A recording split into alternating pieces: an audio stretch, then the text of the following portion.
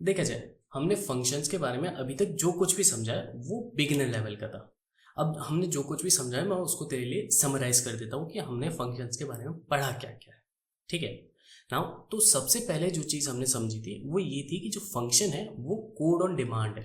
यानी कि हमने कोई पर्टिकुलर कोड लिख दिया एंड देन जब तक हम उस कोड को कॉल नहीं करेंगे तब तक वो कोड एग्जीक्यूट नहीं होगा। अब वो एग्जीक्यूट कैसे होता था, तो जैसे कि मैंने तेरे को बताया था कि जब भी जेएस इंजन हमारी फाइल को एग्जीक्यूट करता है तो एग्जीक्यूट करने से पहले वो पहले हमारी फाइल को रीड करता है और जितने भी फंक्शंस अपन ने बनाए होते हैं वो उनको उनका जो नेम होता है उसको वो डिक्लेयर कर देता है एंड देन फिर वो हमारे एग्जीक्यूट को अब हमारी स्क्रिप्ट को एग्जीक्यूट करना स्टार्ट करता है। अब ऐसा इसलिए करता है क्योंकि अगर जावास्क्रिप्ट को पता ही नहीं होगा कि इस नाम का फंक्शन अवेलेबल है तो वो उसको कॉल कैसे करेगा। ठीक है ना, तो इसलिए वो पहले हमारी स्क्रिप्ट को रीड करता है, देन जब रीड करने के बाद जो भी अपने फंक्शंस होते हैं उनको डिक्लेयर कर देता है कि ताकि उसको पता रहे कि हाँ भाई इस नाम का फंक्शन है और जब अपन उस फंक्शन को कॉल करते हैं तो उसको कॉल कर देता है, हमको कोई एरर नहीं देता।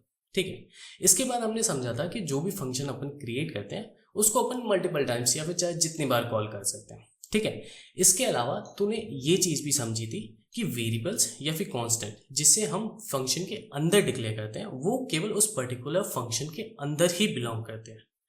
वो क्यों होता है, क्योंकि ब्लॉक स्कोप होता है। ठीक है, ये भी तुझे अच्छे से समझ में आ गया होगा। नाउ इसके अलावा ये भी सीखा था हमने कि जो फंक्शन होता है उसके अंदर अपन पैरामीटर्स या फिर आर्गुमेंट्स चाहे जितने पास कर सकते हैं और जो फंक्शन है वो या किसी वैल्यू को रिटर्न कर सकता है या फिर नहीं भी कर सकता है।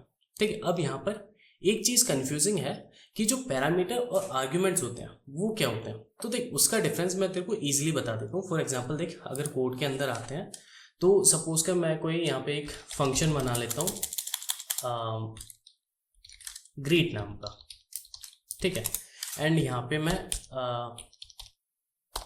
नेम ले लेता हूँ और यहाँ पे अपन कंसोल कर दे कंसोल डॉट लॉग नेम। ठीक है, सिंपल सा फंक्शन है तो जो कि हमें डायरेक्टली हमारे नेम को प्रिंट करके देगा। अब देख यहाँ पे क्या हो रहा है, जो ये नेम है इसको बोलते हैं अपन पैरामीटर। ठीक है, जो कि ये मैंने नाम दिया है नेम, इसके बदले में तू कुछ भी लिख सकता है, सर नेम वगैरह कुछ भी।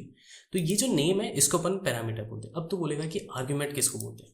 आर्ग्यूमेंट होता है जैसे अब मैं सपोज इस ग्रीट नाम को कॉल कर रहा हूँ, अब यहाँ पर नेम के बदले में मैंने डाल दिया अमित, तो जो ये अमित वैल्यू है ना, जो एक्चुअल वैल्यू है इसको अपन बोलते हैं आर्ग्यूमेंट।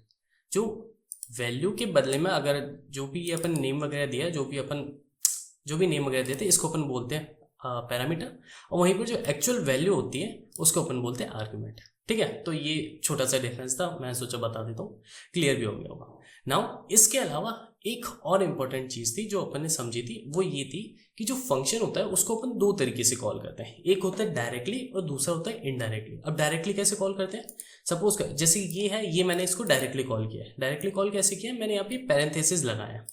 ठीक है, जैसे सपोज कर यहाँ पे अगर इसमें कोई नेम वगैरह नहीं होता, अगर मैं यहाँ पे कॉन्स्ट नेम इक्वल टू अगर मैं इधर अमित कर देता हूँ। ठीक है, अब जैसे कि जो एक ग्रीट है, अगर मैं अगर इसको ऐसे ही डाल देता हूँ तो कोई फर्क नहीं पड़ेगा, ये फंक्शन कॉल नहीं होगा। ठीक है, जब तक मैं यहाँ पे पैरेंथेसिस नहीं लगाऊंगा तब तक ये फंक्शन कॉल नहीं होगा। ये हो गया डायरेक्टली, इससे हम डायरेक्टली कॉल कर रहे हैं। ठीक है, अब तू बोलेगा इनडायरेक्टली कब कॉल करते हैं, तो देख जब अपन ये ऐड इवेंट लिस्नर लगा रहे हैं ना तो यहाँ पर हम इनडायरेक्टली कॉल कर रहे हैं। इनडायरेक्टली कैसे कर रहे हैं, अच्छा यहाँ पे दिस कीवर्ड की जरूरत नहीं है, ये दिस कीवर्ड को अपन बाद में समझेंगे, अभी इसकी जरूरत नहीं है। ठीक है, डायरेक्टली ग्रीट से कॉल कर लेते हैं।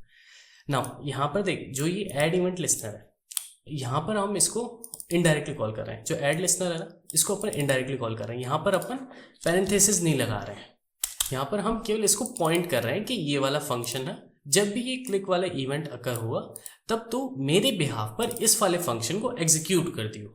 ठीक है, तो ये होता है इनडायरेक्टली। तो यहां पर हम इनडायरेक्टली कॉल कर रहे हैं, इनडायरेक्टली। ठीक है, यहां पर हम इनडायरेक्टली कॉल कर रहे हैं और यहां पर हम डायरेक्टली कॉल कर रहे हैं। ठीक है, ये चीज भी क्लियर होगी।